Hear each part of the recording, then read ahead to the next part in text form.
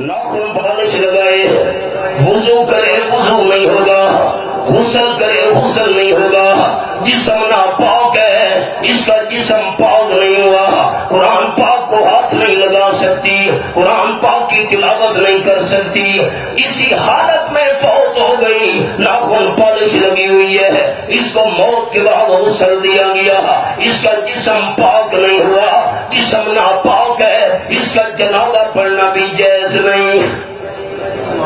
ہمارا کوئی قصور نہیں، ہم ناخن پالش خرید کر لے آتے ہیں کہ یہ لگا۔ میرا خیال ہے مسئلے سخت ہو گئے ہیں، ہمارے جماعتی ساتھی ناراض ہو گئے ہیں۔ میرا خیال ہے میٹھے میٹھے مسئلے کرتا تو آپ خوش ہوتے، اب مسئلے سخت ہو گئے ہیں نا۔ ہائے ہائے، سنو، آپ صلی اللہ علیہ وسلم نماز پڑھنے کے بعد حضرت فاطمہ رضی اللہ عنہ کے گھر میں پہنچے۔ میری ماں اور بہنیں بھی سنیں جن تک میری آواز جا رہی ہے۔ حضرت فاطمہ رضی اللہ عنہ گھر میں نہیں تھی۔ میری بیٹی کہاں ہے؟ آپ انتظار میں ہیں؟ تھوڑی دیر گزری، حضرت فاطمہ رضی اللہ عنہ سامنے آ رہی تھی۔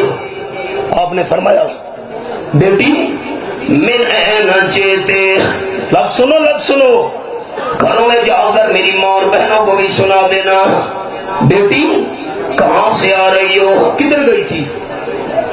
حضرت فاطمہ رضی اللہ تعالیٰ عنہ نے جواب دیا، ابا جان یہ میرے محلے میں پڑوس میں ایک بندہ فوت ہو گیا تھا، اس کے گھر میں تعزیت کے لیے گئی تھی۔ آپ تعزیت کو کیا کہتے ہیں؟ لاسیوا۔ تعزیت آپ سمجھ گئے نا، افسوس، ارمان، فاتحہ خوانی۔ اب خیال، اور صلی اللہ علیہ وسلم نے فرمایا، میری بیٹی فاطمہ یہ بتا، تم مرنے والے کی قبر پر تو نہیں گئی تھی؟ سنو سنو، مرنے والے کی قبر پر تو نہیں گئی تھی؟ حضرت فاطمہ رضی اللہ تعالیٰ نے جواب دیا، نہیں ابا جان میں مرنے والے کی قبر پر نہیں گئی تھی، مجھے آپ صلی اللہ علیہ وسلم کی بات یاد ہے، لعن اللہ زائرات القبور، جو عورتیں قبروں کی زیارت کے لیے جاتی ہیں ان پہ اللہ کی لعنت۔ میں کیسے قبر پر جا سکتی تھی؟ میں تو وارثوں کے پاس گئی تھی فاتحہ خوانی کے لیے۔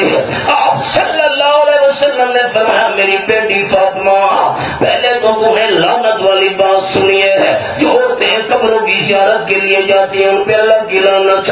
آج دوسری بات سن لے، اگر تم مرنے والے کی قبر پر گئی ہوتی، لم تری رائحۃ الجنہ، تجھے جنت کی خوشبو سونگھنا بھی نصیب نہ ہوتی۔ ہمارا کوئی قصور نہیں کہ ہم عورتوں کو خود پیر بابا پر لے جاتے ہیں، ہمارا کوئی قصور نہیں۔